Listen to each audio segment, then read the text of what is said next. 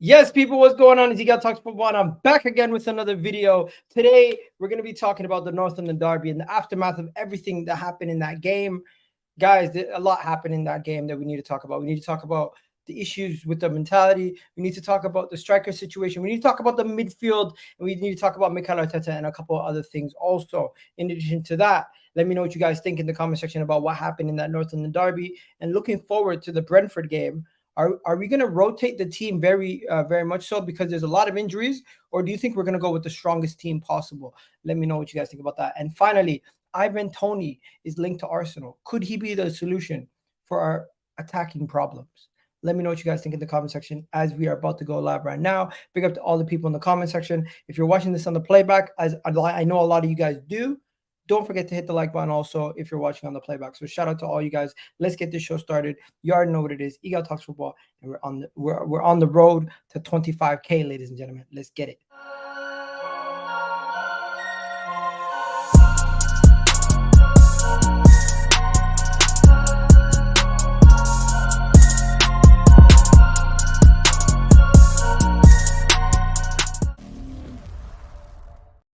Yes, people. What's going on? So today we got 5 panelists. So we got 5 major questions that we have to ask. And each panelist is going to ask their own major question, and we're going to go through it and discuss it. And most likely that's going to take up the first 40 minutes of the show. Then we're going to get into the Ivan Toney conversation and, of course, the Brentford preview. But before we go any further, I have a wonderful panel for you guys. And if you guys don't know who they are, we got Brendan right here in the bottom right. You got Gunnar Souls above him. Big up to Gunnar Souls, right-hand man, always on the streams. We got my guy Dawood in the building.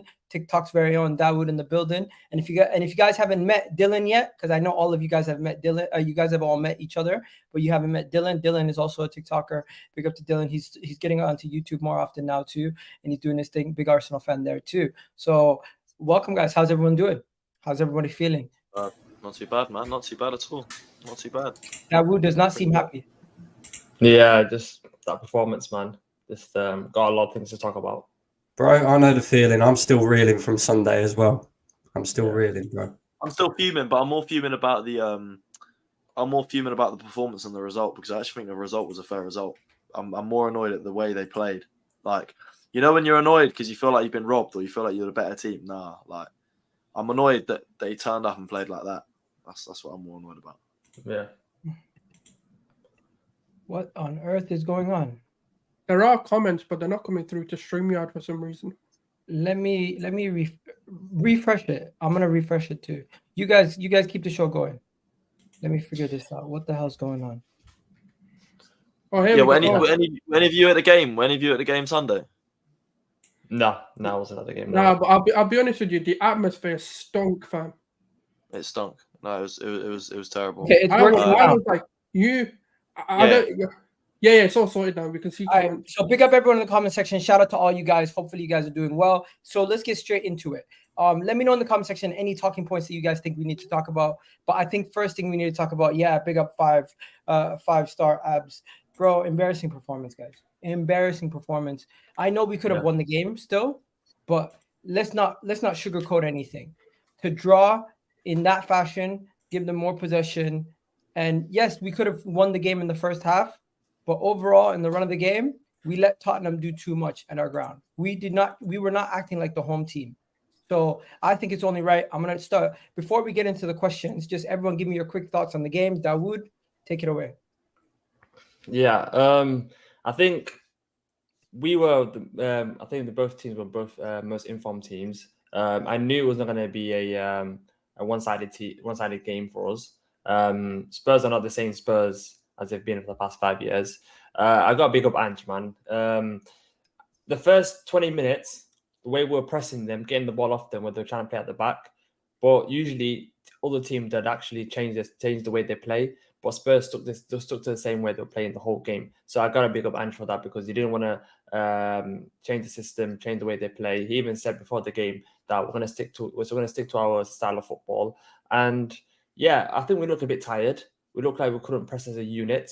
That midfield three, I think if we had Declan Rice in the second half, I think we'd have won the game.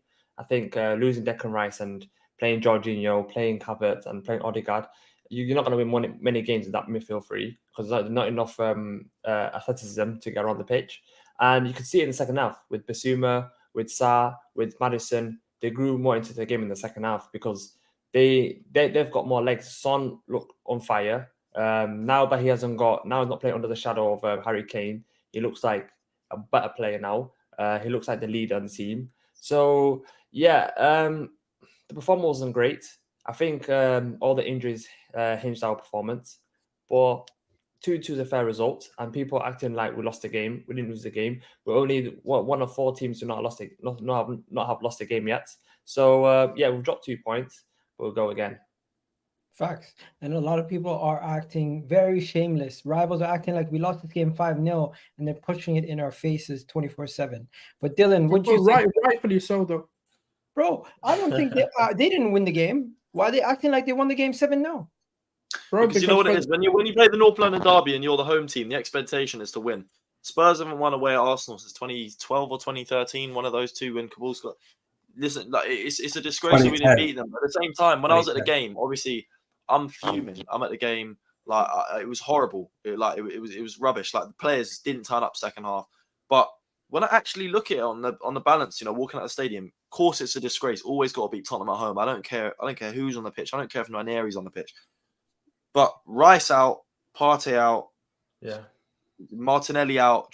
It didn't help. It didn't help. And I think when you actually weigh up how good Tottenham have become this season, and then you weigh it up with the fact that we had all of those players out, and then at the end, of course, it was avoidable. We still could have won regardless. But I just think it was a fair result. So I'm more annoyed about the performance than the actual result, because at the end of the day, I genuinely don't think we deserved anything more than a point from that game. Which is sad. Like I said, that should never be the case. But what can you say, really? Chat to me, Brendan. What are you saying? Still fuming, bro. I can't lie. I cannot get that performance out of my head. For some reason, it's stuck. It's stuck. And I agree with Dylan. It's not necessarily the result that I'm angry about. It's the performance. And the worst thing is, right, is for as bad as we performed in that second half, we still could have won the game. Yeah? We got a penalty. We're not playing well. We're 2-1 up. Just get out of there. 3 points. Instead, what we do 30 seconds later was we've got idiots like bloody Jorginho giving the ball away. An experienced man, 33 years of age. And while I understand, the performance weren't great, there weren't many players that, turned up in that game. Tottenham played really well. Postecoglou seems to have got his thing together. Son and all them, they look confident. The fact that we still could have come out of this with 3 points and we gifted it away like we always do. How many times are we going to keep seeing Arsenal making stupid errors at home? We don't learn from our mistakes, and it's really frustrating, man. Because the countless mistakes that we make at home. Genuinely, right now, on one hand, right, I'll tell you, right, City at home last season when we absolutely threw it away by ourselves, yeah. Chelsea at home last season, winning 3-0. Zinchenko loses, Madueke scores. You can go on. Like Manchester United at home last season, struggling to clear corners. Like we talk about Tottenham at home last season when Gabriel went flying in on Richarlison, take him out. It's true. At home, we leak too many goals. We seem to be better away from home, and it's odd. Like it's odd how things have changed in the last few years.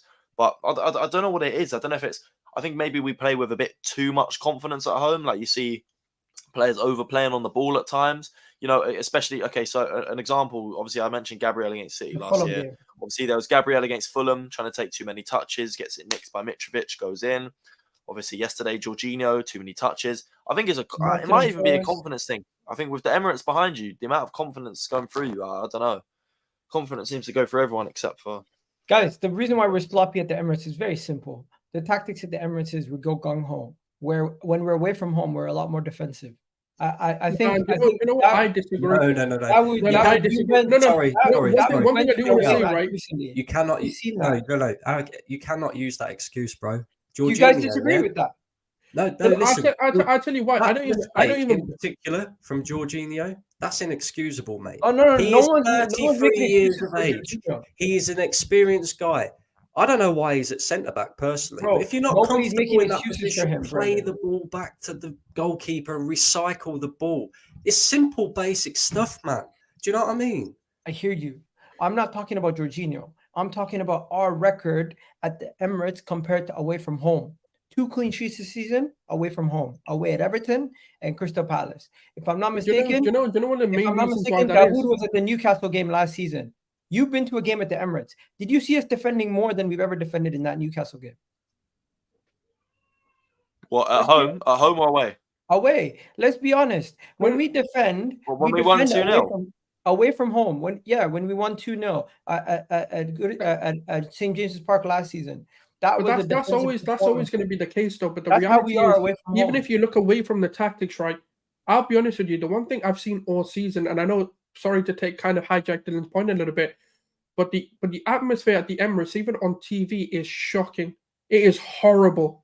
I don't know what, like, and that's just one point I wanted to make. Obviously, I'll tell you exactly what it is. It's the ballot. No, we know it's the the new ballot. They need to ticketing get rid of system, it. yeah. But you know what it is, though? Like, one thing I want to say, right? You've got an opportunity of a lifetime in front of you. You've been able to go to these games, let alone the Northern Derby. Forget that. Let's not even use the weekend one. But you've been given an opportunity that many people would pay thousands of pounds for, and you've been given an opportunity to go there and actually support your team. Arsenal is doing a good thing by allowing people who don't normally have an opportunity to go to game. And what do? You fuck it for the rest of us. You don't sing. There was no singing. I couldn't hear one fan. They panned it to the fans. They panned it to the stadium. They just stood there. Bro, do you want me to come and slap you on? Do you want me to get my slipper off and absolutely hammer you on? Now, because I'm getting sick of it. I'm calling the fans out. And the loudest cheer I heard on Sunday was No, when but don't- Was There's it no 10 point minutes calling being out the added on? 10 minutes being added. Are you fucked in the head? There's no point calling out the There's fans something because wrong with the you, problem man. is the reason it's a problem is because it's a ballot system that's doing No. it. So the kind That's of people fine. who are getting the We can tickets talk aren't about even real that. But fans. Dylan, Like- the thing is, what I want to say, right, is fans, international fans, and fans away from London cry and cry and cry. They don't have opportunities to go to the Emirates. They keep on fucking crying. They want more opportunities. They want more ability to have tickets. People are crying that the only games they can go to is Carabao Cups, right? And what do they do? What do they do when they finally get an opportunity to go to the Emirates? They stand there. They're flipping on their phones. They want to Snapchat more than they want to sing. Encourage your team. The Northern Derby should have been a fortress. They should have come there and gone, my days, where the hell have I entered? That's what happened last season. You know what? No, I think it was 80 something minute. Yeah, we need a goal. We needed some kind of injection. Yeah, you only really see it if you're at games. But Odegaard will always come on. Yeah. Nothing. Couldn't get a sound out of anyone. Normally, last season the stadium will erupt if the Manchester United game we erupted. Bro, this is what was going on at Man United. This is why we need to get rid of a ballot. Forget the atmosphere. We've got this in the home end against Man United. This against Man United. One of our biggest rivals, footballing wise, our biggest rivals. Yeah, Spurs obviously is a local derby, but how have we got Manchester United fans sitting in our end? Yeah, how have we got? I can't get a bottle of Fanta into the stadium. Yeah, but this geezer can get a pole as tall as me into the stadium. He can get this in. What's this? How's he got this? What? He's got a whole tripod. He's got a tripod taller than him to film his reaction. Oh, mate, I can't. I'm there, yeah, because I'm behind the goal. I'm behind the goal. And we sit. What's it called? I'm normally 10, 15 meters away from the Ashburton Army. They'll be behind the goal, yeah. Yeah. They'll make noise all game, but you know what? You cannot even hear it from a block away, and that's not a discredit to them. You know what the club did at the start of the season? Do you know what the club did? No, the club did. They halved the allocation. They halved it. They halved the Ashburton Army allocation. It was 100 and something. It's now 50 something. They halved it completely. Why? What didn't the players spend the whole of last season banging on about how much noise they'd make and how much it would help? And they halved the allocation. Exactly that. So when people have been given an opportunity, this is what my problem is, right? And I'm gonna say this: screw the fans, screw them. It's Tell not him the to piss fans. off. It's the No, club. it is though. No, because you as a fan have been given an opportunity by the club. I don't blame the club, and I'll tell you why. Because regardless of whether you're a singing fan, for example, for me, it's very I don't really try and get tickets here unless someone offers them me, and I'll tell you why. Because I live too far, and it's a bit difficult for me to get down. But if they've made it easy for me to actually get tickets, and I turn up at that stadium, and I make it like a holiday destination rather than me going to support my team. That's on me, not on the club. I don't like. Do you know what it is? I'm pissed off at the club. Brandon knows this. Igal knows this. I have absolutely crusaded the club this week.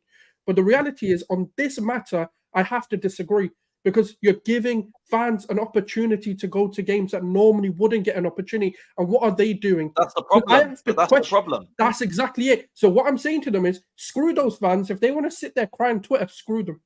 Because You you wanna- screwed it for the rest I of us. said this last season. let me Right? No, just Egal, talk let me say this. Yeah, for last season, all I heard every Monday, go on my For You page. Oh, I tried to get in the queue for the Arsenal ticket today, and the website. Tell me how I was at every single home game without a season ticket, including the Juventus friendly, all the cup games, how was I at every single home game without a season ticket? Because the you ticket queued up. system, it's so broken. The website's so broken. It's broken. It doesn't Because you work. queued It up. does. You just don't want it enough. And then last season, if you wanted a ticket enough, you could be there. Fact. I don't Even care, now. I'm there without a Even season now. ticket every single game. Bro, Even now. Even now with the ballot difference is- system, I just stick on my phone 24/7, just refresh.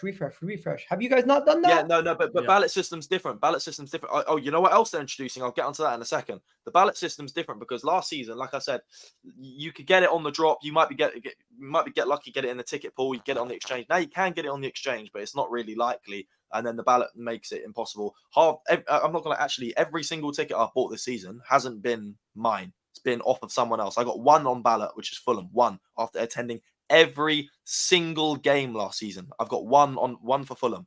Yeah. And then there's this the other day. So obviously, like I just mentioned, they what's it called? The ballot. So now they're introducing this. So obviously you've got the exchange still. If you can't get a ticket with a ballot. Now I'm hearing there's this. If you get a game on the ticket exchange now, you can't get a game on the ticket exchange for the following game. Or new red members can't use the ticket exchange for 12 months. This is new. What? If that gets introduced, I'm ready to protest already. But if that gets introduced, because the problem is, Are you kidding me? So you're telling me I'm gonna become a red member and I can't even buy tickets? It's a joke. Yo, and let's just move on. Guys, let's bring it and back they'll to charge you football, 'cause this £1 is to be in the annoying. ballot. And they'll charge you £1 to be in the ballot. But I called this out in pre-season, and no, it's massively unfair because it's way more fair now. Everyone's got a problem now all of a sudden. But I was saying it in pre-season. It's not fair. Why have we got a ballot system? The day it got announced, I was fuming. I knew this was coming.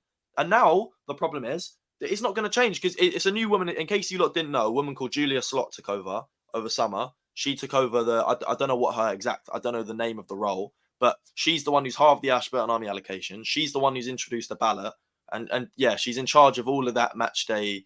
And yeah, she's absolutely throwing the Ashburton Army in it. They don't get any funding from the club. You see all those tifos and those red and white flags behind the goal? That's all fan funded, not a penny from the club. All the club do is open the doors so that they can come in and do it. The Ashburton Army were on the floor in the tunnels outside the stadium the day before the game, doing it all themselves. On the floor outside the stadium. On the floor in the tunnels. All the club do is let them in so that they can put it up and make it look good for the Instagram. And it looks great on the Arsenal Instagram. They do all the work and then they get the allocation half. And it's a joke. It's a joke. Let's bring it back to football. This part of the fans and everything else with the club. Yeah. At this point, I'm going to have to clip this up and repost it because it deserves to be told. This story deserves to be told. And if you're watching this video right now, make sure you like that video and share the message. But Dawood, take it away. You got the first major point. What's your point? And tell us what the issue is. We're not going to win the league with Kai Havertz in our midfield, with Fabio Vieira in our midfield. We went from having a solid midfield in Thomas Partey, Granit Xhaka and Martin Odegaard, and for some reason, we've gone backwards. I've trusted Arteta with his signings. I said he's got most of his signings right. I trust him. But with this Kai Havertz signing, £65 million, he comes on. The guy is 6'4", and I see that video when I'm watching a live. and then he goes down the wing and he gets absolutely shoved. I forgot by who. I think it's Basuma, 6'4", and then he got flung around like a 5'2" midfielder. And I thought, this guy's not built for us. This guy's not built for our team. And then as soon as I saw Jorginho and Havertz coming on a half time for Declan Rice and Fabio Vieira, that was the biggest downgrade I've ever seen. How are we going to win games? How are we going to score goals? You tried The best thing to do is there. Bro, don't do that. Don't do that. Don't do that. Oh, You get was it? copyright. Yeah. My bad. Yeah. So Sorry. the best thing to do with Kai Havertz is what we did against PSV. Play him up front, see if we can hold up the play, and that's the best thing. Trying to have him in midfield, try and dictate the play, that's not happening. I'm sorry. Okay, I'm not understanding these substitutions. I'm not understanding playing Eddie Nketiah the whole 90 minutes. What did the guy offer? He offers nothing. He has any chance that he has, he never buries it. And then playing Gabriel Jesus on the left, it was good for the first 20, 30 minutes. But going into the second half, he offered nothing. We had to take him off. Play him up front. Take Eddie off. Okay, I'm not understanding these substitutions. Bro, you have a better chance of playing Eddie. Actually, you have a better chance of winning games playing Jesus in the midfield, I think, than Havertz at this point. And the problem is, I don't know where it is whether we're cursed or not, because the amount of injuries that we're getting, I don't understand it. Because it's I don't understand it one bit, because the amount of muscular injuries we're getting, especially in training. Like, how did Trossard get injured in training? How did Thomas Partey get injured in training? All these players get injured in training. Are we playing the same intensity? It's ridiculous. It is ridiculous. Like, we play so intensive training. I've seen the video one clips. injury in his time at West Ham. Declan Rice didn't get one injury. He came to Arsenal, was injured a week later for the friendly against United. Now he's the intensity that Arteta does in training, I think, is too high for these players, because doing it once a week in the Premier League, I understand it. But every 3 days, playing every 3 days in the Premier League, it's not going to work. Okay. Odegaard looks burnt out. So many players look burnt out already after 6 games. Trossard and Martinelli are both hamstring injuries, apparently. But when it comes to Declan Rice, it sounds like a muscular injury where he's recovering from in his back, and he's still recovering from, but he was still playing with it anyways. And then Bukayo Saka, it's just a knock. We don't know exactly what the knock is, but they just say it's just a knock. And let me just read what it was. Bukayo Saka will not play tomorrow and will most likely could be out on Saturday. So this is being reported, fully reported by Mikel Arteta earlier today. So let me just show you guys what I'm talking about, because this is the big worry. Forget about the midfield for a second. Our best players are out. You got Declan Rice out, Partey out, Martinelli out, Saka out, Trossard out. You already have Timber out.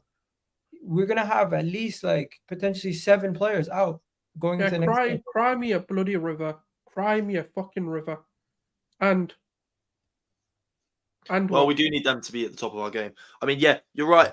In a sense, yeah, we should be able to survive without them. Like, I'm not going to sit here and blame injuries, but I'm also not going to sit here and say, all right, we've got all of those players out, we should still be beating City. No, like let's be real. Cool. Can I just say something? No, but injury concerns are fair.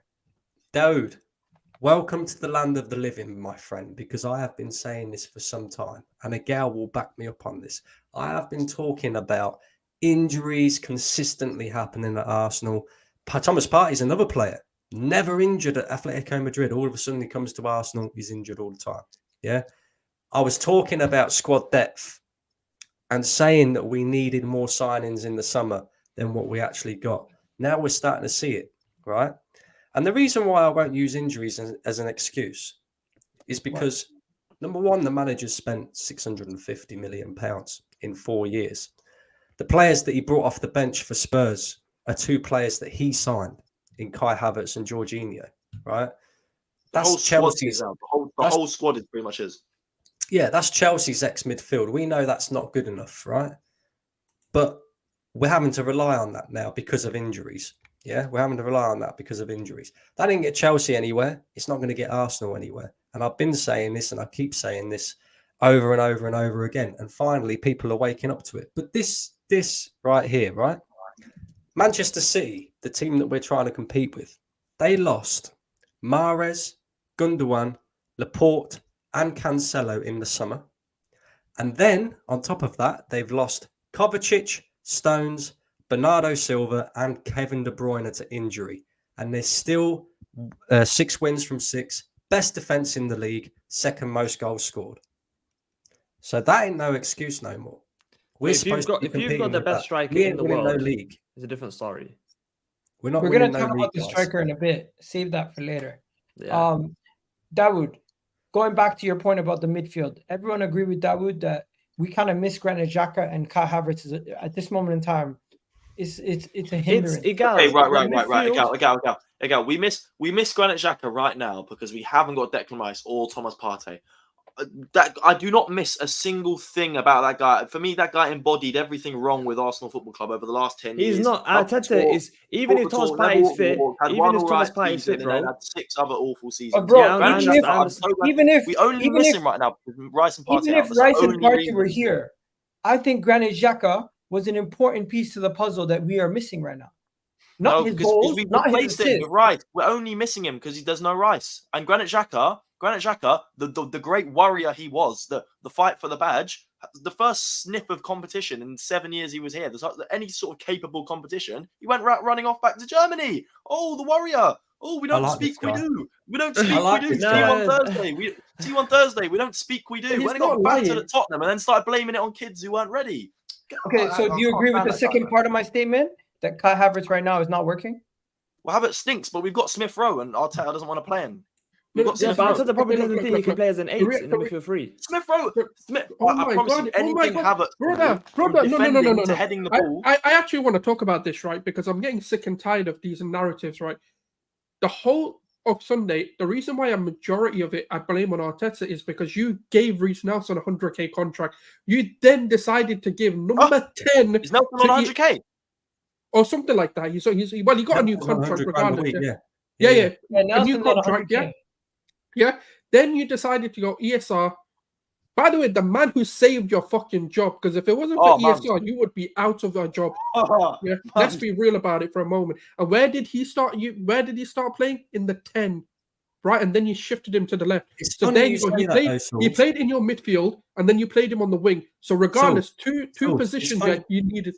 It's funny you say that there. It's funny you say that because another player. You're about to take Brendan's point. Let Brendan land that. It's funny you say that because another player that saved Mikel Arteta his job, Aubameyang, he was quick out the door as well. Oh, so this player, this manager has different. problems with saving his job. Yeah, that's different though because that we know there was a situation behind. Yeah. You know, okay, so guys, since we're here, let's get to point number 2. That was Brendan's point. No, but what I want to say is, the reason why I don't use these excuses that we've lost Declan Rice. You can still play the players in the right positions. You know, you decided that Kai Havertz is the profile you wanted to go for, and this is what doesn't make any sense to me is we knew it was going to be a physical battle. They've been playing Sarr and Basuma. Neither had an injury doubt or any news of them not playing this game, and then you decide to go and play the lightest weight player that we have in Fabio Vieira. Like, it made sense. Like, I would have forgiven him if he had played Kai Havertz and gone, you know what, we need physicality because you can understand the decision behind that. Or, instead of maybe Jorginho, if he had gone, you know what, let's just try and control this game, Jorginho and El Neni come on. I would have understood that more than what he did. So the reality is you wanted to keep these players rather than making big money. ESR, we could have made 30-40 million pounds on the back of his Euro under-21 performances. And guess where he played? As an 8 on the left, just so people know. Yeah, to give you context on what did England go and do? They went and win the competition with him actually being one of the main players. So Chelsea wanted to buy ESR. You're right. Yeah, no, so Chelsea he can't could have have. him. Yeah, no, I don't care. But the reality is, if that's a player you don't trust, you had 40 to 50 million pounds right to bring another midfielder in. This is so true. This is what I've been saying. If you don't want to use him, sell him.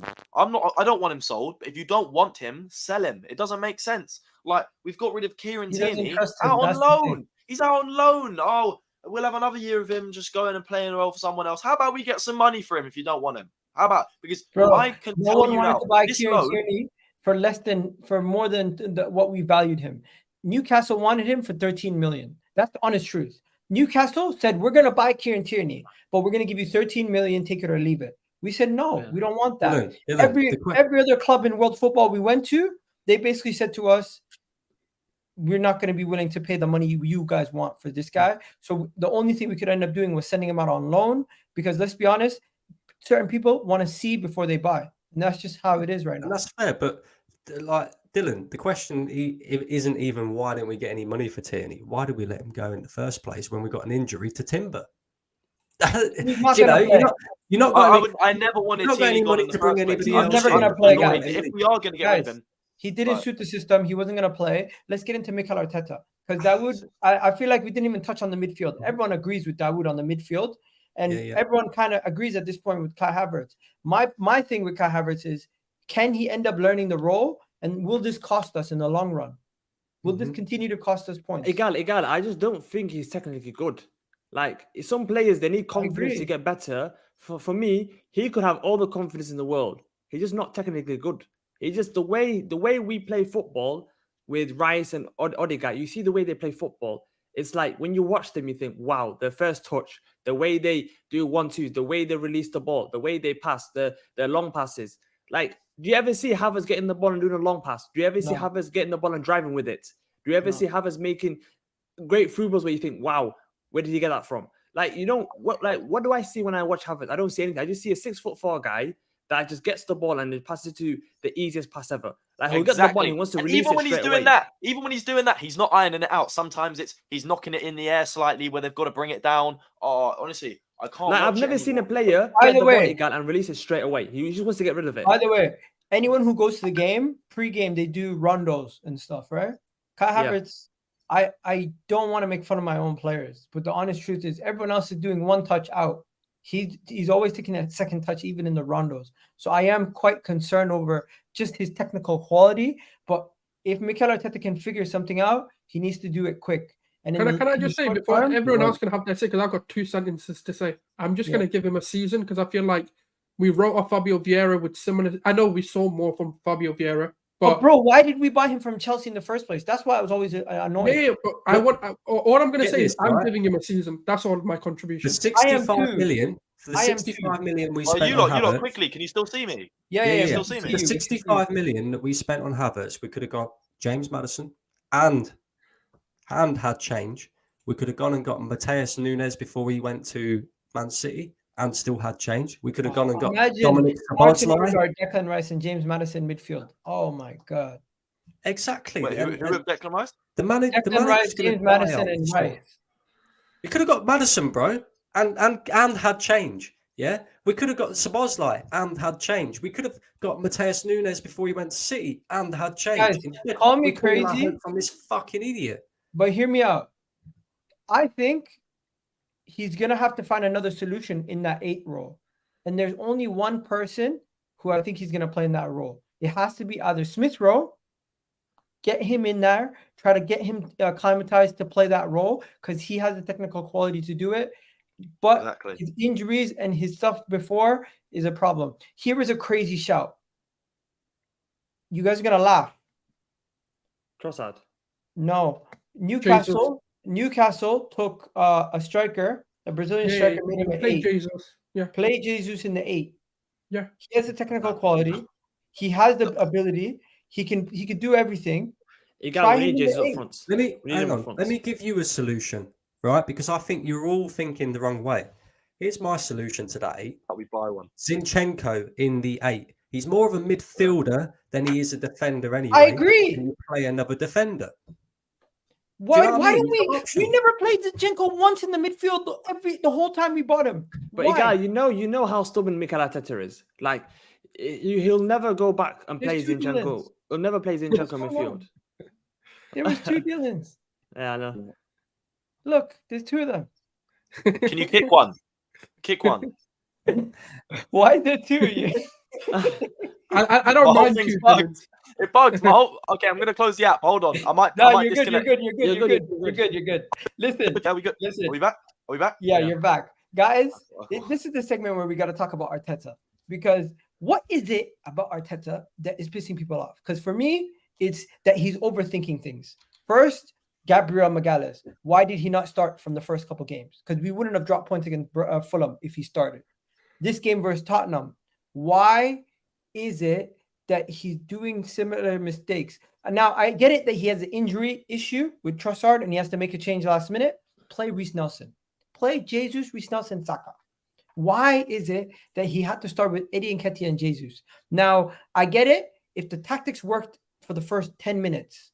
But after that, when we got to the 40-minute mark onwards, when you see the momentum change, you're too slow with your reactions. We all rate Arteta to a certain level, but he's overthinking things. And this season, he's costing us slightly. This is my And the fact issue with that Arteta, he's stubborn. right? This is my Yeah. issue with Arteta. I think he's a very good coach, but he's not a good manager, bro. Yeah. Your manager is there to win you points as well, even when things are going wrong. You change things tactically, you change things in terms of personnel, and far too many times this guy gets it wrong. You know, we're seeing at the weekend, Daoud mentioned it earlier, Eddie Nketiah playing 100 minutes when that guy did nothing, offered absolutely nothing. And the thing that's most annoying, right? And if I was a player in the Arsenal dressing room, I'd be annoyed with this as well. Because you're looking at somebody like Ramsdale, right? He's been dropped. David Raya has come in. Fine. Fair play, whatever. But Ramsdale hasn't done anything in particularly wrong to be dropped. And he's watching on the sidelines players that are consistently poor, getting more chances after more chances after more chances. How many times are we going to keep using Eddie Nketiah before this manager wakes up and goes, actually, he ain't good enough to win us the league? How many times are we going to keep, using the likes of Kai Havertz before the manager goes, actually, I don't think this is working? Do you know what I mean? Every single game, the manager makes an error in one way or another, whether it be his substitutions being too late. Every single game, I see this guy, 75th minute, we'll start bringing subs on now.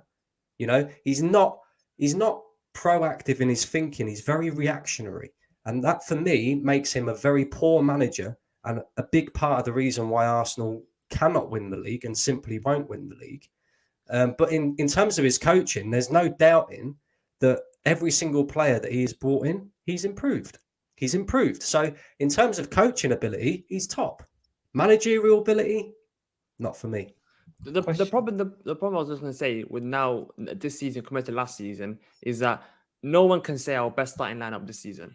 Where some Arsenal fans will say are they either like Ramsdale, I have an idea. You have an idea, but we don't have a full best 11 that we can all agree on. Okay, none of us have an 11 that we can. No, can you lot tell me if you disagree? I'm going to say an 11 here. Can you tell me if you disagree, please? Okay, the goalkeeper. That's what I mean. Like straight away, get the goalkeeper. Get the goalkeeper because the goal. You can't say that because. Yeah, but that's you couldn't even attempt. No. I'm doing outfield players. Yeah, cool. Ben White right back. Who's arguing? No one. Gabriel and Saliba. No one's arguing. Yeah. No one. I would say Toney, but Zinchenko left back. Yeah. No one's arguing. Partey, Rice, Odegaard. I disagree. Saka, Martinelli, Jesus. You disagree with what? Who? I think the moment you say Partey, Rice, and Odegaard for every single game of the season is a little bit. I'm saying that's our strongest lineup. Yeah, I agree to a certain degree. Yes, that is our strongest lineup based on ability and who we have to our disposal. But we're not going to be able to play that lineup against every team. There's going to be teams where having Partey, Declan Rice, and Martin Odegaard might not be enough. The funny thing is, Miguel, this is also that team must be phenomenal because you see that midfield there. This is where squad depth comes in, right? And this summer we were supposed to be fixing our squad depth. What we've done is we've allowed 3 players to go. We've brought in 4, and we haven't fixed anything because the player that actually adds to the squad depth is Kai Havertz, who isn't good enough anyway. So what we've done is we're basically back at the same position we was last season. But if you really look at we're worse. We lost. No, but if you look at it, we lost 2 wingers against Spurs. We didn't have no Trossard. We didn't have no Martinelli. Okay, we didn't have Thomas Partey. We didn't have Timber, which I love. I'll start Timber ahead of Ben White any day of the week because that guy, the way he ahead of I'll start him ahead of Ben White. So we missed Timber. 4 players. Then we had 2 more injuries mid-game. Declan Rice in the midfield and Saka. So you're telling me we have 5 starters out by half. But if you say Partey as well, that's 7 players where we missed that with 7 key players that didn't play 90 minutes against Tottenham Hotspur. Take 7 players off any other team, they're not performing as well as I've just named Manchester City, bro. This is Manchester City. We're Not going to have first- to come not some back to first this, team players. guys. We're going to have to come back to this later because the Brentford part, we're going to talk about this. But we're only on part 2. Let's get to Souls now. Souls has an even bigger issue. And I want to know what you guys think about what he's saying. Souls, what's your point? This is gonna rile a lot of people up, but at this point, I don't actually give a shit. Like, I'm gonna become the villain of Arsenal, and that's just how it is. First point, and let me land my entire point here, because what's gonna happen is if you cut it off, you're not gonna understand where I'm going with this. Where I want to start is Arteta, right? The one thing, and I've kind of called on it all season, and a lot of people have dismissed it. I feel like Arteta's personality in trying to make everything about himself has now transpired to the players, and this sort of galaxy braining and trying to be too smart and being like, oh, look at me, I played Eddie and Nketiah, Jesus and Saka, and I won the game. Look at what I did. Look at what I did. Saka's becoming that. I'll be honest with you. I am disgusted by every single player's mentality, and that does transpire by the manager. But I'll be honest with you. Even when you look at the individual players, like, what the hell are you, man, crying about a missed pass? What happened to last season where you made a bad pass, right? And you would encourage each other. You'd be like, you know what? We fight for each other. We fight for the badge. We play for the same team. Now, yeah, Saka. Yeah, but okay, one time. Yeah, Saka makes a mistake, concedes a goal, and he's there blaming the teammates. It's like, motherfucker, you're the one with the problem. You're the one that made the bad pass. Why are you blaming other people for? Get on with it. Why? And I'll be honest with you, Saka's mentality in terms of all he does, right? And I'm going to get onto other players before people think all I'm doing is picking on Saka, right? The other thing that annoys me about Saka, this season, the man's cried about more flipping free kicks and penalties and whatnot than just getting on with the game. Get on with it. We're behind. We've not scored yet. But what you want to do, you're more focused on the referee not giving you a decision. Then you go to Martin Odegaard, and I'll be honest with you, the man signed a new contract, comes to the North London Derby, the biggest game of the season, and ghosts. Another player who signed a contract and ghosted. Then you move on to, what's that, sorry? Solarguard. He only comes out on a hot sunny day, mate. Yeah, maybe the sun. You guys are overreacting, anyways. Continue. No, Odegaard. No, I can never understand people's disliking for Odegaard. Listen, a player like I'm Odegaard, not disliking. They don't dislike him. They're just Odegaard criticizing him elite based on his level performance. talent. Yeah, he needs everyone on it around him as well as him. Yeah, Odegaard let's can only do be on this. so much, This is why I said, let me land the Odegaard point. can only Because work when you cut it off, I've seen Odegaard score. We saw him Spurs away last year, massive game, stepped up. Man United, let him cook his point, and then again, anyone, like I said, this is what I'm saying. You have to listen to what I'm saying. What did I say? I liked what I seen last season. So what you've just said is proving the point, not actually defending the point. You're defending what I'm saying, because what I said was, last season, the team fought for each other. Every mistake, no one gave a crap who made that mistake. They would rile up and go, do you know what? We go again. And do you know what happened? The drop-off, right? Yes, Saliba got injured. I understand that. But the bigger problem that we had was the mentality was shifting from that point. We were crumbling under the pressure of winning that league. And we were starting to see it in the players. They were like, rather than playing for each other and covering for each other's mistakes like they have been, like, for example, Ben White made a mistake against Liverpool and Ramsdale came up and cleared it up, and then Ben White, obviously, from that point onward, had a phenomenal defensive performance when we went a man down. No one blamed anything. We were at a point where it was a unity, it was one team. No one cared about the individual accolades. When you look at, for example, like Eddie and Nketiah, rather than squaring it, Jesus, rather than squaring it, they wanted the glory themselves. They wanted all the fame to themselves. Martinelli's having a similar issue at the moment as well, where it's too much greediness for me. And then when you look at it, the only player I'd say that hasn't got it yet is maybe Declan Rice. Right? Where's Martinelli's greediness? I've seen him square it against United. I saw him. I don't know. I see a lot of. He's been poor anyway. There's nothing wrong. There's nothing wrong with having the confidence to think you're going to finish every chance. But when it comes to his point about poor mentality, bro, I don't disagree to a certain. I don't disagree. Can I just add to that as well? Because it is part of Saul's point. On Sunday, I watched from a corner, a Spurs corner, Gabby Jesus having a laugh with the Spurs players while he was waiting for the ball to come in. So exactly what Saul's is saying, right? That is poor mentality. On top of that, though, I just want to ask Saul's, how much, and you boys as well, how much of this do you think is actually down to the pressure? because we're under a lot more pressure this season to do well. Can I talk about than this? what we was last season. This is the most pressure Arsenal have been under since I don't remember. My whole time supporting Arsenal, I've never seen us under more pressure than this. And I'm not saying we're crumbling already under pressure. That's not what I'm saying. I'm just merely saying the players can acknowledge it, the fans can acknowledge it, and we've only dropped points twice. Guys, in the grand scheme of things, it's not all bad. It's not all doom and gloom. It doesn't deserve all the panic. Right now, we're just... Let's just talk about the point. Let's now forget we're about all the just doom and Oh, gloom. cool. You know what. Again, One you're right second, on that. let me Sense. land, let me land. You're right. You're right. But Let me land, if they dare go out the Carabao to Brentford tomorrow, and then last season when we're giving it, I'm coming to London. I'm coming to dare London go with out my to slipper, Brentford tomorrow fam. in the Carabao Cup, yeah. Bro, And I you're bet moving in the the slipper Carabao so Cup, fast we couldn't see swear it. to God. Bro, I'm getting my I'm slipper, just- yeah, bro, and I'm let me smacking them. Let me land, guys. All I'm saying is the mentality shift needs to happen. We need to go back to a situation where when we're up 1-0, it's still 0-0. We need to go back to a situation where when we see a team that's faltering, we kill them off. We are not killing off That's never been games. us. Even We are when we not were good, killing- that's never been us. No, That's but never been bro, us. last season, we were killing off games. It might not be offensively, but we're killing off games defensively. We were saying you're not You scoring. can say that. This But we was season- we've ruthless. lacked the killer this instinct for season- ages. this Like when was the season- last time you saw us beat a team more than this 5 or season- 6? Bro, the reason why I'm saying he's right is because this season we've conceded 5 goals from lapse of concentration. Against Tottenham, we conceded 2. Against Nottingham Forest, you could say we conceded 2.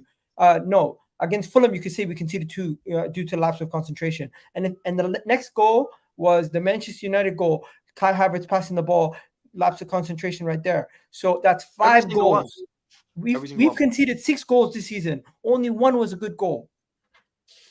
That's Only part of the one. problem, though. Do you know what it is, though? Like, even last season, when for example, a player made a mistake and we conceded a goal, that wouldn't be the end of it. But this season, I'll be honest with you, I'm starting to worry a little bit in terms of when a player makes a mistake. It feels like when Arteta first came in, because the reason why I wanted to bring this point up is I've talked a lot about the culture shift. I've talked about the mentality. Brandon and Igan, obviously, they've known me for a lot longer than maybe Dylan and Dawood have. And I've spoken about, I feel like the culture has changed and we are shifting. And that's the one part of Arteta's game I like, that the fact that we're sat here undefeated and we're complaining about things is because of Arteta as well. This is where, look, I can have a balanced argument. I can be, objective and give praise where it's due as well. But the reality is, in the same breath, there's certain things where I feel like Arteta's animation causes problems on the pitch as well, and we have to talk about it. Like the Liverpool game when he fought the whole. Like critiquing. Look, this is the problem. A lot of people are like, "Are we overreacting?" Potentially, we could go this. What I'm hoping, right, and this is where they can shut me up on this mentality point, is that they wake up from this. They're like, enough. They're like, this is enough. Right? And this is where that mentality can come back and go, do you know what? Yes, we messed up against Spurs. I know a lot of people are going to say it's a draw, blah, blah. For me, it still feels like a loss. Because of the performance, because of how we turned up to that game, it feels like a loss. If it was a hard-fought, like we got robbed of a win, I feel like Spurs got robbed of a win. So that I shouldn't be feeling like that. So what I want to happen is, and the reason why I wanted to bring this point up is, I'm hoping someone in that dressing room just goes to them, look, guys, this isn't the same. I don't see the same Arsenal. And it's not about beating teams 5-0. It's not about beating teams 6-0. We can still have the 1-0 performances. That's perfectly fine. But play for each other, play for the badge. Odegaard needs to get back to, hyping the crowd up. Zinchenko needs to get back to hyping the crowds up. And also the second thing I want to do, stop making everything for the TV. You've just come out of the dressing room and you want to have a huddle. Brother, this isn't EastEnders. This is football. Get on with the game. I like that. I don't know about you, but Dawood, what you got to say, bro? That's the one thing that pissed me off so much, was that when we scored the penalty, when Bukayo Saka scored the penalty, and he ran to the crowd, and everyone jumping on top like we scored a 95th minute winner, I thought, wow, like if we're going to do this every single game when we take the lead, and we celebrate like it's a 90th minute winner, we're not going to go find this in the Premier League, because that's too much Neville emotions. said it on Sky One Sports, second, that's just too much I didn't see it live. emotions. But that starts from the manager. That Arteta is so emotional. Like every single little decision where he's going crazy for a free kick, for anything, he's going crazy. And the players, when they see him going crazy, they start becoming emotional. And then now you've seen it now it's been past 2 seasons. We lost the top 4 the 2 seasons ago because we were too emotional. We lost the Premier last season because when it got to when it got to the pinnacle part of the season, we couldn't handle the pressure. And now already we feel the pressure. The players feel the pressure of we have to finish minimum top 2, where every game it has to be a win every game from early now. Last season, the first, I'd say before the World Cup, that was the best time to be an Arsenal fan because we had no expectation.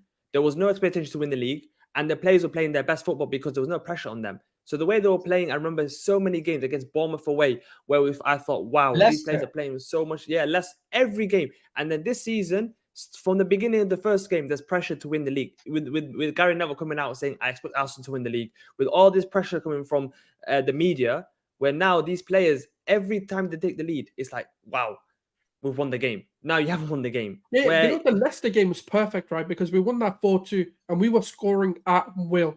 They scored. Yeah. We were like, all right, we'll score again. We'll score again then. Oh, you want to score? You want to score the second? All right, we'll score 4th.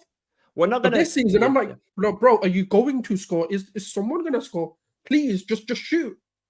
I And think the big issue is we actually genuinely haven't seen a full strength team yet. And I said, I'm not. We don't need to see a full strength team. We don't. We have a squad for a reason.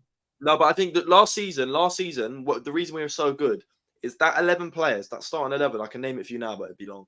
That 11 players, you know what 11 I'm talking about. The strongest lineup, the one that played the Emirates Cup, the one that started the season.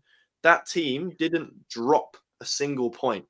Now, when you obviously pull it apart, you know that, right? That team didn't drop a single point last season. Well, guess what?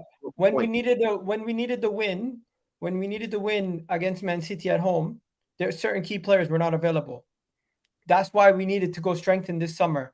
Yeah, but you say this in reference to players like Partey are not available. He didn't go on holiday. He's injured. Injuries. That's my point. Exactly. But that's why you have a squad depth. That's why you need to rely on the depth. You can't just be like, all we need to do is on paper this 11. No, we can't do this on paper. This our strongest 11 would have beaten them. Our strongest because we don't have that. We have woulda, shouldas. Yeah. Also, like if you want to make that argument, right? I'm going to make another one. This kind of goes against what I've said about Havertz. For an extra £15 million, guess what you could have got? What? A lot of things. Kudus and James Maddison. Bro, for an extra, forget about the goalkeeper money. Keep Ramsdale. We could have got Jude. No, we couldn't. Let's be honest. That's the kind of money. No. Raya's alone with an option to buy. We don't have to buy him yet. Oh yeah. So that budget wouldn't have happened. But the reality is, do you think the reason why we didn't? Also, right? You know what? When you could buy Jude, if you sold ESR. Put that money and Havertz money towards it, and you've got the money for Jude Bellingham, bro. So I'm not blaming anything other than if you want to talk about depth, you talk about recruitment. You know what, guys? The recruitment that we're gonna move on. Unfortunately, we spent too much time on this topic. I think Dylan, you spoke about the stadium. That was your topic, right? Yep. Okay. Well, what I want to do is, I literally, something's got to be done. The problem is a lot of fans, like we said, a lot of fans are too happy to go to their first game now. So they're happy to be there. They're not really willing to protest. I think that the only solution we can now bring in, because another massive problem is touting. They've done a good. They've helped that slightly. I mean, some of the tweets I've seen. Someone commented under my video yesterday. I'll find the comment. Oh my god, they commented. I have it right here. They said, paid £840 for a ticket on Sunday. Don't regret it, but we need our fans to say £840. He's the problem. He's the problem. No, that's not the problem. That's not the problem because Arsenal have fixed that. The problem are the people buying it. The problem are the people paying for it, not the people selling them. Yeah. Why is he paying that much money? The fact that there's buyers. Yeah. You shouldn't be able to use. Yeah. No one should be paying that much for a ticket. Simply put, if you're paying over £200 for an Arsenal ticket, you need your head checked out. Straight up. No, fair. Like the only game I pay more than £200 for is a Champions League final. It's the only game I pay over £200. Bro, I've seen people pay $4,000 for one Raptors ticket. I wasn't surprised when certain people were struggling to pay their rent the next month. I wouldn't be surprised. But a lot of people have more money in society. That's fucked up. Let's keep it moving, bro, because I feel like we're spending so much time on this topic. We still got to go through Brentford. Final topic. Eddie Nketiah and Jesus are not the solution, but I think I have the solution. Ivan Toney. I take Jesus out of that, but yeah, carry on. Gabriel Listen. Jesus is a solution to get you into Champions League football. To be able to finish in the top 2, top 3, Jesus is a solution. But to get to that next level, to win Premier Leagues, there's a reason why Man City a couple of seasons ago won the Premier League with no striker and had Gabriel Jesus on the bench. He's not that player to win the league, but to finish in the top 4, he is the solution. You know who Miguel said it. You know who? Miguel, how long have I been beating the Ivan Toney drum for? You know, bro. 18 months. I don't think you can say Ivan Toney to me. I've been the But person. Egal, we might not be getting Ivan Toney. You know there's rumors that we might be getting Watkins. Hang on. I was beating the Ivan Toney drum when you lot were talking about going and signing Isaac. I was saying no. No. I'll be honest with you. Igal was the first person I knew about Ivan Toney. He said Liverpool should have signed him about 2-3 seasons ago. Yeah. 2-3 seasons. He was saying about Liverpool, but when you lot was on about going and getting Isaac, I was talking about Ivan Toney way back then. Then. I was talking about Ivan Toney when we still had Lacazette and Aubameyang, before we got Jesus, before we gave Eddie a new contract. 2021, when we were talking about guys like Patson Daka and friggin' Osman Edwards. Do you remember them days? Yes, I do. Yeah. Yeah. So I was. I mean, you say that. When Ivan Toney was in the championship, I was asking for us to pay 50 million for him. I've been on Ivan Toney. I've been on the Ivan Toney train for a long time. I'm not taking it away from you, but I'm just saying, for anybody who's been watching my show, you guys know Ivan Toney has been a name that I've been talking about for a while. And the reason being is because now he's Premier League proven. Now you've seen him drop 20 goals in the league. You've seen him drop video after video talking about Arsenal with Baller Talk 2 years ago, talking about Lacazette and Aubameyang are not good enough. They need better. You have situations where he's come out and said, I want to go to somewhere that's the right club. He said, I've always liked Arsenal. He's come out and said his mom is an Arsenal fan. The club have actually spoken to Brentford, and we have a working relationship with them because we currently have a player of theirs on loan. Now, but do you think Ivan Toney is a stopgap? Listen to this. Today, I heard the report, and everybody here and everyone in the chat, let me know. Do you say no to this? Eddie Nketiah plus 60 million cash. That's what they want. That's too much. Just have Nketiah. I don't even care. No. Come on. Let's be reasonable. Let's not talk. Eddie Nketiah and 50 million. Is that not realistic? No. Because Eddie Nketiah will get you 10-15 goals in a mid-table Premier League team. Okay, in a mid-table Premier League team, if you get a Crystal Palace, a Fulham, he'll pay for them and he'll get you 10-15 goals. And if a striker in a mid-table, so 80 million cash. Would you buy him? No, you got come on, man. With that kind of fee, you're not getting a 27-year-old. Bro, I will tell you this right now, Dawood. Ivan Toney comes to Arsenal, he puts up Harry Kane numbers. No, yeah. That's plus you've also got to understand, yeah. There's a difference of players like Toney, yeah, and this is the same reason I would have taken Kane in a heartbeat, yeah. You've got like these players. Ivan Toney's not slow. I know he's 27 or 28, or whatever it is. He's not slowing down anytime soon. His game is not reliant on pace. His ability, it's pure ability. So he's not reliant on pace. So I'm not worried about the age because if we signed him on a 5-year deal tomorrow, I don't think anyone would have any complaints. That would take him to these 32, 33. We don't need that. That's the problem. That Ivan Toney would be an upgrade on us right now. We need him. Yeah, he's an upgrade. I want to hear why. Brentford wants 60 million. Okay. Why don't we need 60 million? Okay, he might be the solution for us right now. He might be the solution for us right now. But if we're spending £70 million on a 27-year-old striker, if he's that good, why isn't that many clubs after him? If he's that good. Ian Wright. 1 second. Ian Wright was 28 years old when we signed him. He went on to be a record goal scorer, and when we signed him, it was a record like million something fee. It was our club record fee at the time. Now, Santi Cazorla, when we signed him, he was how old? The guy was one of our best players. Leandro Trossard, we signed him. How old is he? In January. He's our best ever January signing, and he's the closest player into their prime. No, Bro, we have too many youngsters, and we need to sign more players that are near their prime. If we sign Ivan Toney, we're complaining about, or if we don't get Ivan Toney, only person I'll take over him is don't bring me Evan Ferguson. Bring me friggin' Osimhen. If you want to talk serious, Ivan Toney, or we go level raisers like Osimhen. I don't want these. If Evan you're Ferguson. spending that amount, Igal, no, but Dad. In response to your point, yeah, you made a point as in why are not so many teams in for him, right? If you look at the top teams in the world, yeah, the top teams who would be in the market to pay 80 million for an Ivan Toney. Bayern have got Kane, they don't need him. City have got Haaland, they don't need him. PSG have got Mbappe, they don't need Toney. Liverpool have got Nunez or whoever else they want to play for. Chelsea want him, Spurs want him, Man Chelsea United want him, Spurs want him. Yeah, those are the two teams in the So there are teams in for him, but like the reason if we don't get, okay, then if we don't get Evan Ferguson next summer, I don't want Evan Ferguson. I don't want Evan Ferguson. No, Igal, if we don't get him, we're gonna miss out on one of the best strikers in the next 10-15 years. Miss out on it. For what? For a stopgap striker and Ivan Toney.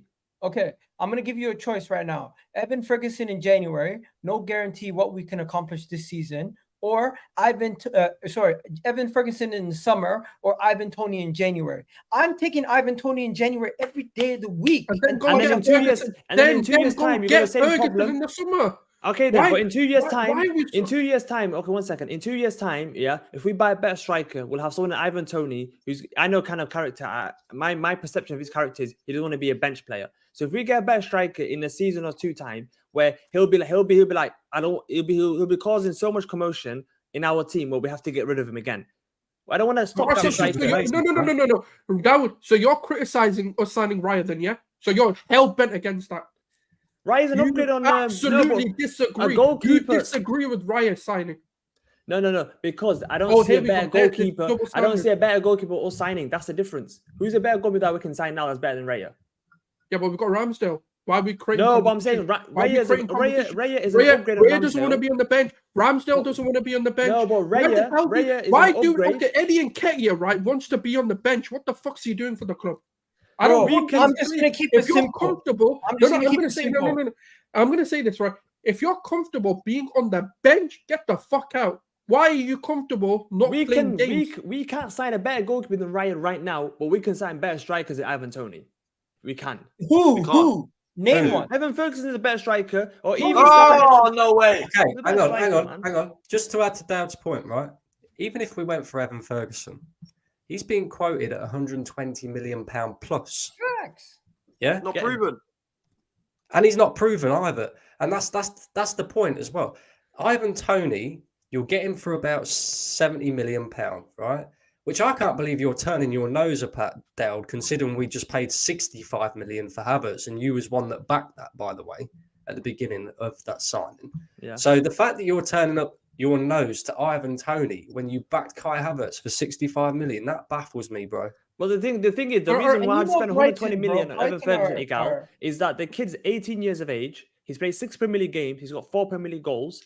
By the time in January, I promise you, he's going to get minimum 10 Premier League goals by January. Okay. And then even if Ivan Toney comes to Arsenal from Brentford in January, I'm promising you, Evan Ferguson is still going to get more numbers than him playing in a Brighton team. Put Evan Ferguson's Arsenal team, he's doing 20 league goals minimum a season. 20 league goals. Okay. Let's take your point. Right? 18. One second.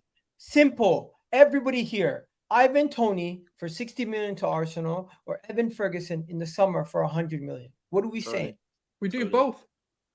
No, we can't do both. We do both. We do both. No, we can't do both. Come on, be realistic. I am being fucking realistic. Well, if we can do both, then if we can do both, then why haven't we approached Kylian Mbappe?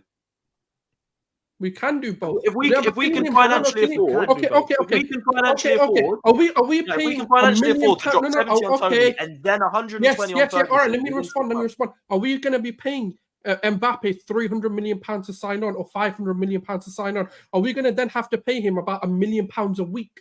let's Mbappe be doesn't Okay realistic. then. There's Okay more then. than Mbappe a doesn't The contract. reason There's why. more Okay, than the a reason contract. why. That's an illusion. Okay, That's an illusion Dylan. that media have It's created. not an that people illusion. have losing It's mentality. not Guys, an guys, illusion. you're talking over each other. Let Soul All right, respond. let me. Right, if we bring, let's say we bring Ivan Toney, right, and let's say he has the impact we think he can have, right. Let's go from his Premier League record over the 2-3 seasons he's been here. He scored on average about 20 goals a season, which will take us into that league position and to potentially win the league. The prize pool for that league money, guess what it is? £80 million or around that kind of figure. Guess what that does? It completely wipes out Toney signing. So you go into the summer and you have a fresh budget, right? We know we can afford to spend 200 to 250 million pounds, right? Yeah. But the problem is, So it doesn't have to be Korean. Can I just say- the reason why. Can I just say real quick? Can I Let just me say just I'm finally backing up land on the Saul's point, here. though. I'm backing up Saul's here, right? Can I just say real quickly? The Arsenal teams of the great Arsenal teams, yeah, they had 3 top strikers: No, Will those days are Tall, over. Carnu, Henri. Yeah, they had who else did we have? Van Persie, We had Adebayor. So many players. Van Persie, Adebayor. yeah. This is what I mean. I don't get this affiliation. No, with, but the problem is we can't don't sign- play. No Hang on. team plays as 2 strikers Hang anymore. on. I don't get this affiliation with we can't sign this player because it's too much competition. They don't want to sit on the bench. Why can't Arsenal go and get Ivan Toney in January and then go get Evan Ferguson in the Because summer? the problem is with Brighton. Move But Eddie that's Nketiah 160 on million because on he's 2 not players. Yeah, the problem is we might get Ivan Toney because we've got a relationship with Brentford and we can do installment deals. We can't do that with Brighton. Brighton will say, we want 120 million up front. Okay, that's what paid happened to. 105 million for Declan Rice. But we didn't pay it up front. Okay, Yeah, paid the majority of it. we're paying it in 2 installments because that's what they wanted. Guys, Brighton want But the even whole, then, though, whole even fee then, up you're front. still That's the spending. difference. You're still paying about 50 odd million per Guys, installment. let's go back to in a vacuum of one answer, not both. Okay, one answer, because I don't want to. No, you can't do that. You can't I do don't want to both. go through. I don't want to go through the logistics. No fence sitting. If you had to pick one, and I'm gonna show you guys again what I mean. It's Ivan Toney, 60 million January. Evan Ferguson, 100 million plus whatever it is going to be next summer. You have the choice right now. Which helps you out more? If you look at Igal, if you just look at the maths and 100 million pound for a player that will play for you for, if you say 10 years, okay, and then when he gets to the age of 28, hits his peak, that's 10 million pounds. 1 second, that's 10 million pound a year, okay. Ivan Toney for 60 million pounds. How many years can you get out of him at his peak? He's at his prime right now. Well, you could get at least 5 years. You can't get 5 years out of Ivan Toney. No chance. No chance. Okay, no cool. What do you mean? Listen. I'll take your point, Dowd. But another point that I'll add to this is if you're going to pay 120 million, I want the better player. I don't care about the age. If you're going to pay 120 million pound for Evan Ferguson, you might as well just go get Victor Osimhen. How much? Okay, then. How much will Evan Ferguson be? How much will Evan Ferguson be in 2 years' time? I don't care. If he's not, we haven't seen that much of him. He scored a hat trick against Brighton, where a hat trick against Newcastle, where one deflected off the thing, one with the rebound. I'm not gonna lie, we're dragging it. I've not seen the man score a great goal. Like, he's scoring goals. Mad respect for. Why was the reason? Okay, then Igal, with all of you guys, I'm sick and tired. I'm sick and tired of projects. Okay, I'm gonna give you a great example. Okay, then I'll give you a great example, Igal. I'll give you a great example. The season that we signed, okay, the season that we signed Lacazette, okay, Alexander Lacazette, that same summer, we were interested in killing Mbappe, but we didn't want to pay, or the season before, I think, we didn't want to pay the fee that Monaco wanted because we thought it's too much, that's too much for him. Killing Mbappe, everyone knew, pay the money, pay wherever Mbappe's family is asking for, whatever the club's asking for, pay it now. That's Arsenal's fault. Okay, yes, but what did we want? We wanted a player right now. Evan Ferguson's not on the same level, though. No, but we wanted to pay. Everyone loved Lacazette. Everyone get him now. Forget Mbappe. We need someone right here, right now. Evan Ferguson, for me, okay, he's not Mbappe, but Evan Ferguson at 18, bro. Let me another 18-year-old striker that's doing these numbers. Another 18-year-old striker. What like 2-3 goals, though? That's not. It's not like impressive numbers. Your point's irrelevant, right?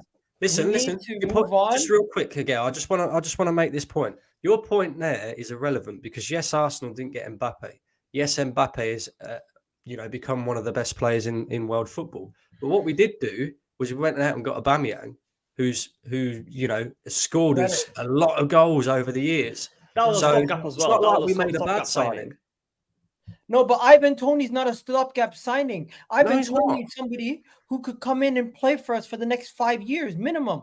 Okay, Like, then, Igal, bro, when Ivan you Toney is have to- 32, Can I say one thing, I right? gave you an example. I gave you an example of Ian Wright. What age did he come to us? I gave you an example of Santi Cazorla. What age did he come to us? I gave you examples of players who've come to us at latter stages of their career when they're more of a finished article. We just got one the other day in Leandro Trossard. He's the closest player to their prime. We don't have enough players in We're their gonna prime. have the- We cannot, bro. I'm sorry. I have a little kid. I don't want to yell no more. But we cannot no longer continue to buy potential. What are we building for? We're building to win now. We're no longer building for 10 years in advance. Exactly. I know, but Igal, in 2 years' time, when Ivan Toney is 20 years of age, we'll have the same conversation. When Ivan Toney nearly hits 30 years of age, 30, we'll have the same conversation. If Ivan Toney's at Man United doing amazing numbers, we'll be like, wow, I wish we signed him. Watch, we'll have the same conversation in 2 years' time. If he goes to United, if he goes to Chelsea, No. we'll have the I same want him to be at conversation. Arsenal. So we have that conversation. And you're going to say, Egal, you're right. Yeah, Yeah, no, but- look. Also, Dowd, I don't know. You're talking about the future, yeah, but like honestly, like, and we spoke about Aubameyang. You called Aubameyang a stopgap. Aubameyang was at Arsenal for what, 3.5 years, 3 to 4 years. Mhm. In that time, if you're good and you have a team at the top level of players in their prime, you can win a Champions League and a Premier League. Liverpool won the Champions League in 2019. They won the Premier League in 2020. They got into a Champions League final 2021. They were also in a Champions League final in 2018. Liverpool did all of this in 4 years. This doesn't have to be an everlasting thing. Like I promise you, 15 years, give it 20 years, we could even be in the Championship. Like football changes. You can't just be amazing forever. No, that's like, Chelsea. That's Chelsea. Guys, no. But what I'm unfortunately, trying to say, you can't be amazing forever. Okay. You do have to Unfortunately, just we have to prepare for move now. on. We have to prioritize now. Unfortunately, we have to move on. Arsenal have a lot of injuries going into this Brentford game. I'm just going to show you guys what the projected lineup for Arsenal's game tomorrow versus Brentford is, because it is very different from our usual lineups that we have out there. They're projected. Let me show you. Let me get it up there. 1 second. As we're going to get into that. By the way, Brentford are set to have 7 absences going into this game. Arsenal are also set to have many absences going into this game. So with both teams having all these injuries, it could be a very, very strange game where you see a lot of different players. We currently have Partey, Leandro Trossard, Timber, Gabriel Martinelli, Declan Rice, Bukayo Saka, and who's the next person? Who did I miss? I don't know. Mohamed Al-Neni and those guys don't count because they haven't played 1 minute. Well, that's it But yeah, anyway. you guys get the point. So and on their side they have Rico Lewis, who's going to be gone, Josh Da Silva, Damsgaard, Rico Lewis? Is Rico Lewis at Brentford?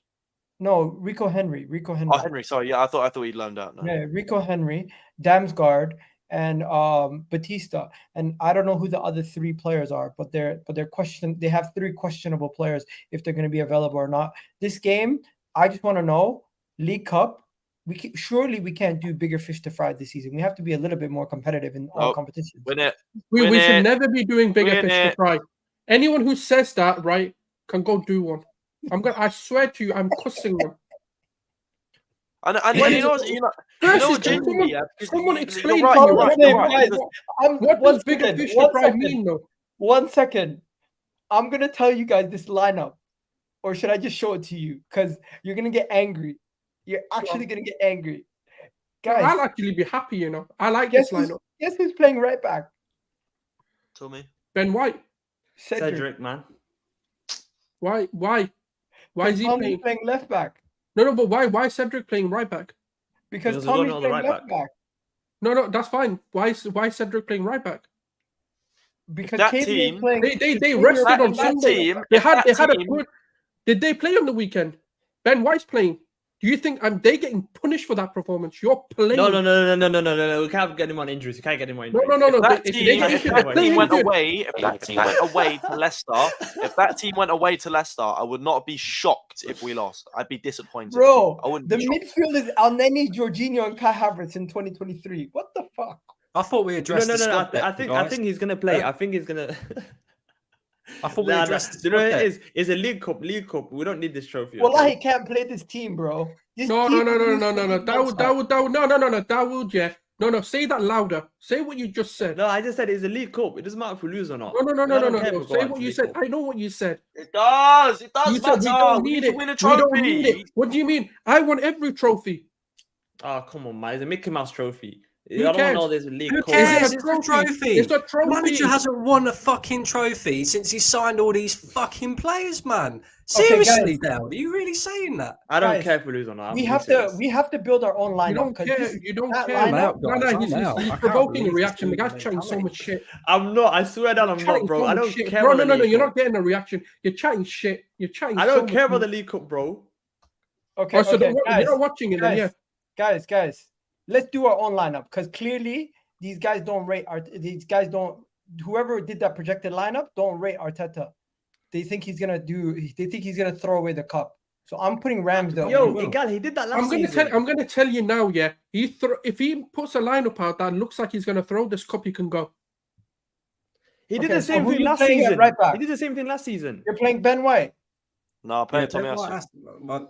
Yes, we're playing Tommy. No, we're playing Ben White. No, play Ben We White. are Play Ben playing White. Ben White. Ben White's not an injury-prone player. But Tommy no, fuck it, Asu play left Ben White. back. Tommy Asu left Ben back. White's playing No, every left single back. game 90 minutes. You know that. Yeah. Again, and you Wait, know what did you say, Dawood? Ben White played 90 minutes against Everton, 90 minutes against PSV, 90 minutes against. Here we are. 90 Here we minutes are. against- Gabriel. He had a rest on Gabriel. Sunday. He had a rest on Sunday.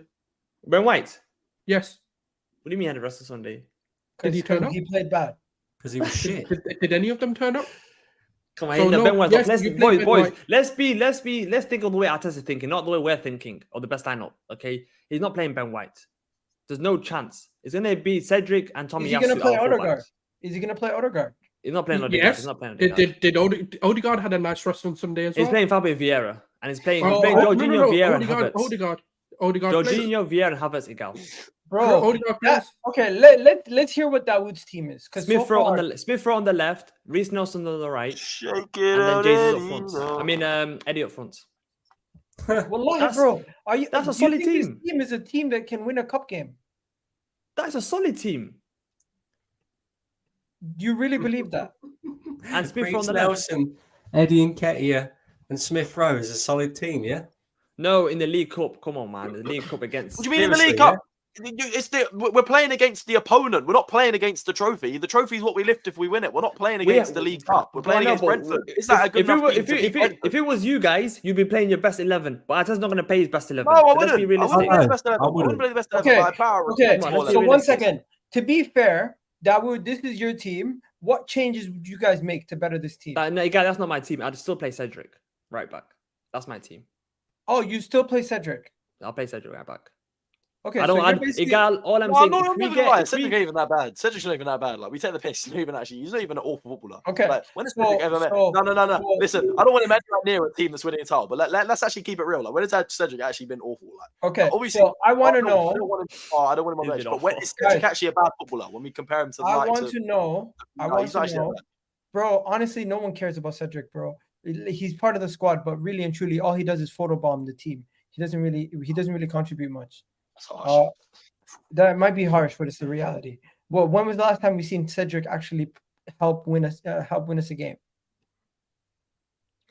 Igal. I don't even We're care. facing against Brentford. Brentford If are going to Cedric, make. look, Brentford are going to make 6-7 changes as well. They're not going to play their best 11 Brentford. Okay, it's like is Arteta did last season. He played a mid team. He played I forgot the team that he played, but Reece Nelson played. Eddie played. So many changes been he last didn't season. play a and you mid guys actually team. He surprised played me You when wanna you know said it. something? Brighton. Let's put respect on Brighton's name. That's who Bro. knocked us out. Hear me out, guys. I am not playing Havertz this game. He needs the confidence, midfield. Igal. He needs confidence. No, mate. I'm No, not mate. He has playing to him play. in- I'm Has not to play. playing him Havertz in- up top. Havertz up top. I'm He has playing to him play. up top. Yep. What I'm doing is I'm taking off Eddie for this game, and I'm taking off Jesus. I'm taking off Eddie and Jesus for this game. I'm putting Fabio Vieira. I'm putting Jorginho, and the next person in the midfield, I'm not putting Elneny. Odegaard because Odegaard has played every single game. What I'm Good going for to do? him. He had a rest on Sunday. He can play. I'm going to give Mohamed Elneny some game time. We might play 4-2-3-1 then. I'm going to Not play 4-3-3. El Neni, Jorginho, Fabio Vieira midfield. And if things don't go well, you have Odegaard on the bench. You have the big boys on the bench. Reece Nelson is going to be on this side. That's throwing the league. That's throwing the cup away. One second. I'm not done, because if Saka Martinelli or Trossard are fit and available, I'm playing them. If they're None not, of them matter, none of them if matter, they're none of them not, matter. if they're not, what I'm doing is on the right, I'm playing Jesus. No. That's- You know what? that's my You know team. what? I'm playing I Jesus, Havertz, and genuinely Nelson. wouldn't play Jesus, right? I wouldn't start him. That's the only one thing I will say. I would play ESR because you wanted to keep him. Now play Oh him. no, If Smith you're Rowe not has to gonna play- start, non-negotiable. if No, you're not Smith Rowe playing him has in the to start. I league, don't care if he where he's doesn't playing. play him in the League Cup, I question the entire club. Why did you keep him?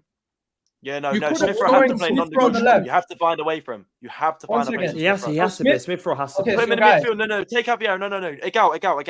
Egal. Fabio Vieira has been starting in the league. Started against Everton and Spurs. Yeah, take out Vieira, put Smith Rowe there, and then keep what you had as a forward line. Bro, That- Smith Rowe, surely. I'll tell you right now, Smith Rowe is not playing in the midfield. He's playing That's as a fine. left. ESR, Kai Havertz, Reece Nelson is the front three I'd go for. In midfield, Vieira that needs is to play 90 not the minutes. midfield. That is not the midfield I'm going for. Yeah, Fabio Vieira can play and Odegaard can play. Odegaard's not playing. Odegaard's not playing Why not? because we need him fit against Bournemouth. Well, he was Weekend. fit against Spurs. He didn't do fuck all, so he needs confidence as well. He's been one of our Maybe best this players is the this season. confidence booster he needs. Very So, reactionary. Yeah, but Odegaard doesn't I'll need a accept confidence it. booster. You know what, Odegaard guys? had a half Guys, bad game against Spurs. He's been our best take player. this team in. Take this team Other than in, Rice, actually, and Rice. really and truly, it does make sense to have the captain play, because It does. I- It does. if we take Odegaard out of this team and we put El Neni or we put Havertz in the midfield with Fabio Vieira, Jorginho, it's just we have no chance of. I of can't lie doing though. it. That's a weak midfield. I That's a can't lie. weak I want to make midfield. I want to make a couple of changes. What's your change? First of all, I don't think Gabriel and Kivior will play because they're both left-footed. So I think it will be Saliba and Kivior. But they played together when Saliba was out. Yeah, I don't know whether they'll play. Yeah, no, but that's a different Yeah, and that reason. though, stank. because- And that stank. No, And then no, he no, come the in reason and why- we messed it all The up. same reason why Ben White's on the bench is the same reason why KBR and Gabriel are playing together. No. They- What I would do is put Kibio on the left back, and I'll put Tomiyasu as a centre back. Yeah, that's true. You could do that. That's never Yeah. happened though. That's never And happened. then- once. That's Because Secondly- the manager's not smart enough to actually go. Do you know what? That actually makes more sense. And then You'll secondly, do the stupid thing. secondly, Scholes knows better than Arteta.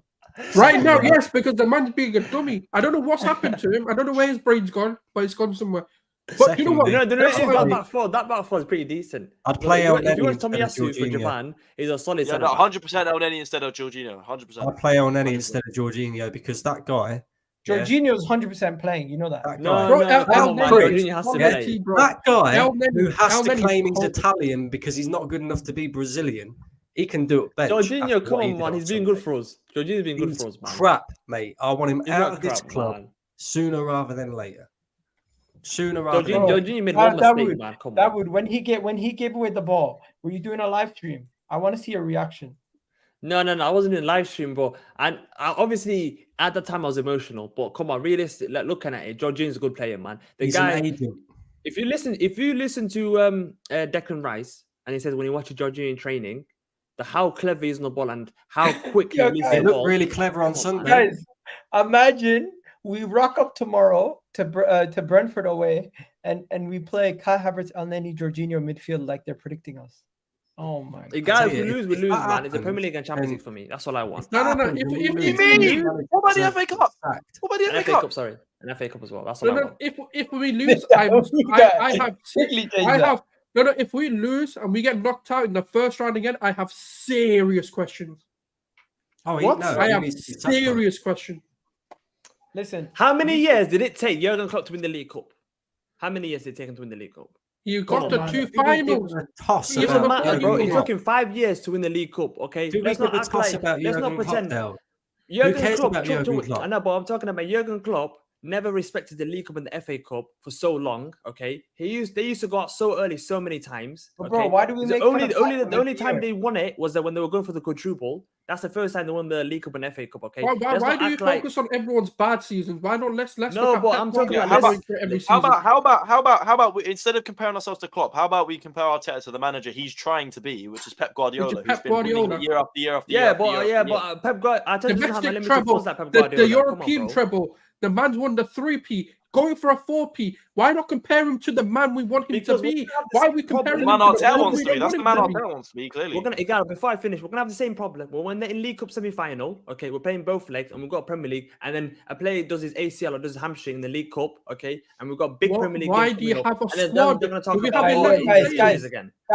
Guys, for the love of God, we're gonna have to wrap up. Yeah. I'm just gonna say, if we play this lineup, I don't give us too much of a chance. I say it's gonna be a close two. No. If he plays that lineup, you must Oh, win. Mo plays Your up front. job's on the line. Your Do you know job's what on the the best line. thing? Hang on. Do you know what the best thing is about that lineup, right? Eddie Nketiah, Arteta gave him a new contract. Reece Nelson, Arteta gave him a new contract. Smith Rowe, Arteta decided to keep him. Jorginho, Arteta signed him. El Neni, he gave him a new contract. Havertz, Arteta signing. Cedric, Suarez. we Arteta decided signing. Arteta signing. Ramsdale, Arteta signing. Kivior, Arteta signing. Tomiyasu, Arteta signing. Do you know what I mean? The only one, Saliba, new contract. But The only look one. at this. The prediction. And then you combine that with the fact that we've By the just way- sent out Nuno Tavares and Lokonga on another loan. By the way, prediction from the prediction company is 2-1 to Arsenal. If we win with that lineup, I want every single one of you guys to apologize to Arteta. Okay? Shut You up. Why? said- Apologise. Why? You man said, bro, we've got no chance. In your Hold eyes, on. we've got No, no did chance. I that say lineup, we had okay? no? No, I bro, didn't we say we should had no win. chance. We should win.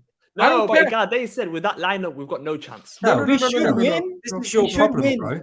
This is should your We win. should problem. Yeah? win. You're too concerned with who should apologise to Arteta if he gets it right and this, that, and the other. No, win. That is Just do your that job, is man. the Just aim do your of the job. game. Just do That your is job. the Do expectation your this job. season. Win. To wrap it up, Okay. I want to know what your predictions are. Imagine we go with the lineup that was just seen, not your lineup. What's your score predictions? And then after, give me your score predictions if he puts the lineup you want him to. It's either for me- it's either going to be 2-0 Brentford or 4-3 to the Arsenal. I'm saying it's going to be 2-1 Arsenal, but that's if he plays that shit lineup. If he plays a strong lineup and plays Odegaard and plays some of the big boys, we can win this game convincingly 3-0. But he won't. If he goes with that lineup, it could be anything, bro. It could. It genuinely could. But if he goes with a strong enough lineup, I'll look at our away from home record. I actually think we will win the game.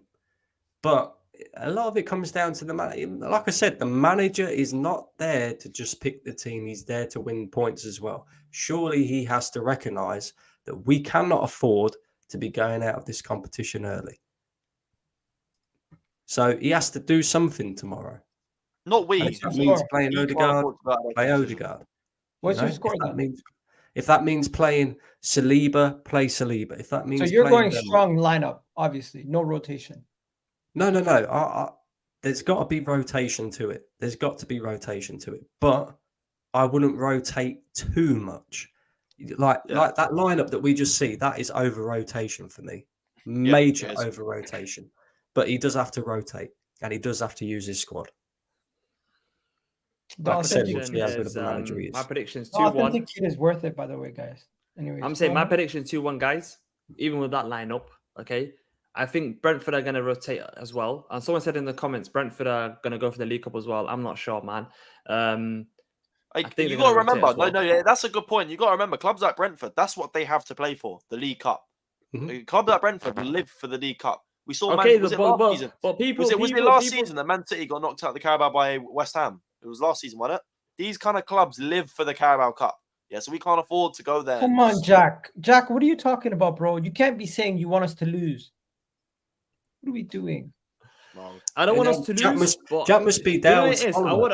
I want us to win. I want us to win. I always want my club to win. But if we lose, I'm not going to be emotional. I'm not going to be upset.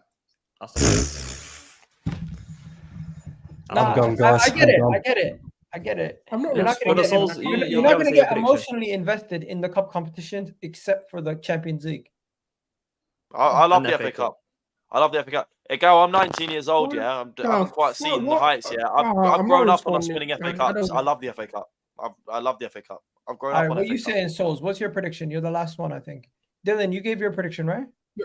4-3 to the Arsenal. What's yours? What do you want? The one that can calm me down, or do you want my actual prediction? Your actual prediction. Right now, 1-0, because I don't trust this team. I don't think they're going to do it. 1-0 win. Just out or of 1-0 interest, loss? Smalls. Just out of interest, what's the one that can calm you down? Do you really want to know? They'll have to beat them 10-0. I want a record breaking.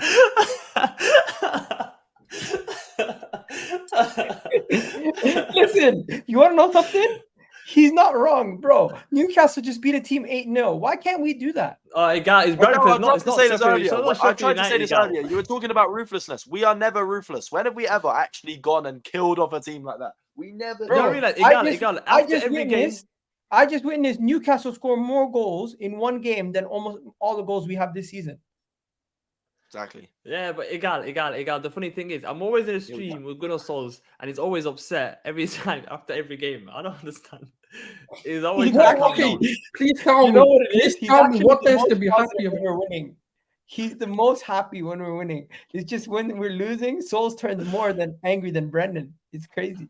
No, because I have faith in this team. The thing is, I know what this They team let is you down, capable bro. of. Exactly. I know what don't they're want us to hold capable of, ourselves back. man. And do you know what it is? You know when you've got like that child, yeah, that you know is gonna go to Oxford, yeah, and he starts like selling drugs. You're like, what the fuck is wrong with you? Why are you doing this? Like, why? You've got all the potential in the world, yeah, to go win the league, go win all this. What is true? No, think about it. Does this team, no, be honest though, does this squad have the capabilities of winning a Premier League, a Champions League, or not? Yo, So guys, that's the the Holy Grail. top boy meme of Saka and Eddie are the two little black kids. Oh, I did not, no, I didn't do that. That's not what I meant. That's not what I meant. Hey, they might be the ones selling the drugs. I think Arteta's the ones taking the drugs. Do you know what I mean? Some of his decision making, he's the Yo, one guys, taking the drugs. I think we're gonna end it on a high. Big up. Yo, that killed me. I'm dying. The man basically said Arsenal are top boy, and we're selling. I'm done, but no. Yo, bye guys. Big up everyone in the comment section. Hopefully you guys enjoyed the stream. Shout out to Dawood, shout out to Brandon, shout out to Souls, and shout out to Dylan. I'm gonna make sure I put their links in the description if I can. And you guys have yourselves a wonderful day. Peace out.